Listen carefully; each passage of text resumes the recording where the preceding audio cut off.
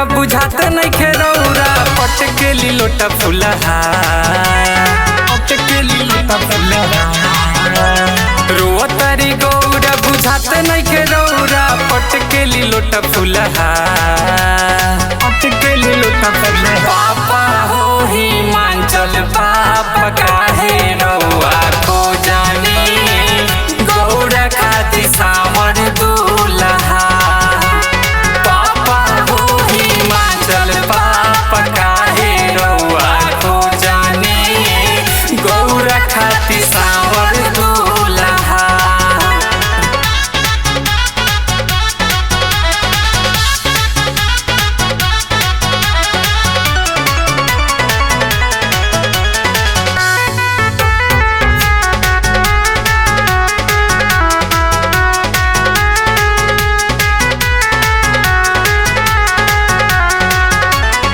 ऐसन भेटा गईले बारवा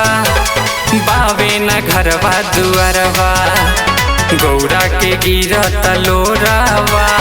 आँखी से दहल कजरवा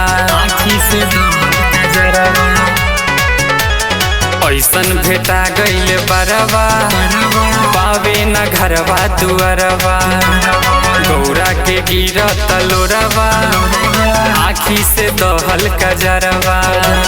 देखी के बरतिया पीटा तारे छतिया फोड़ ले बारी लुलहा देखी के बरतिया पीटा तारे छतिया फोड़ ले बारी लुलहा पापा हो हिमांचल पापा काहे रौआ खो जानी गौरा खाती सावर दूल्हा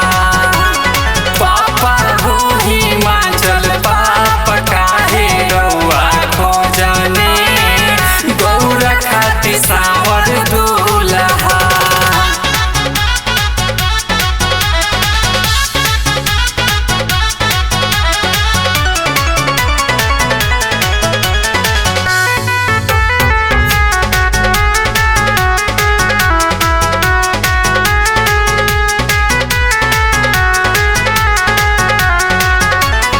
रोवेली मैना रानी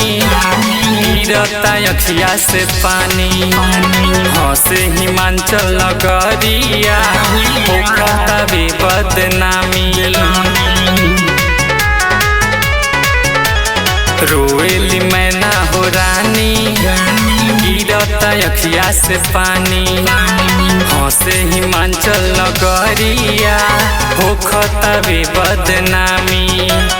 नौनित शंकर सोचत बारे अपना हो मन सुलहा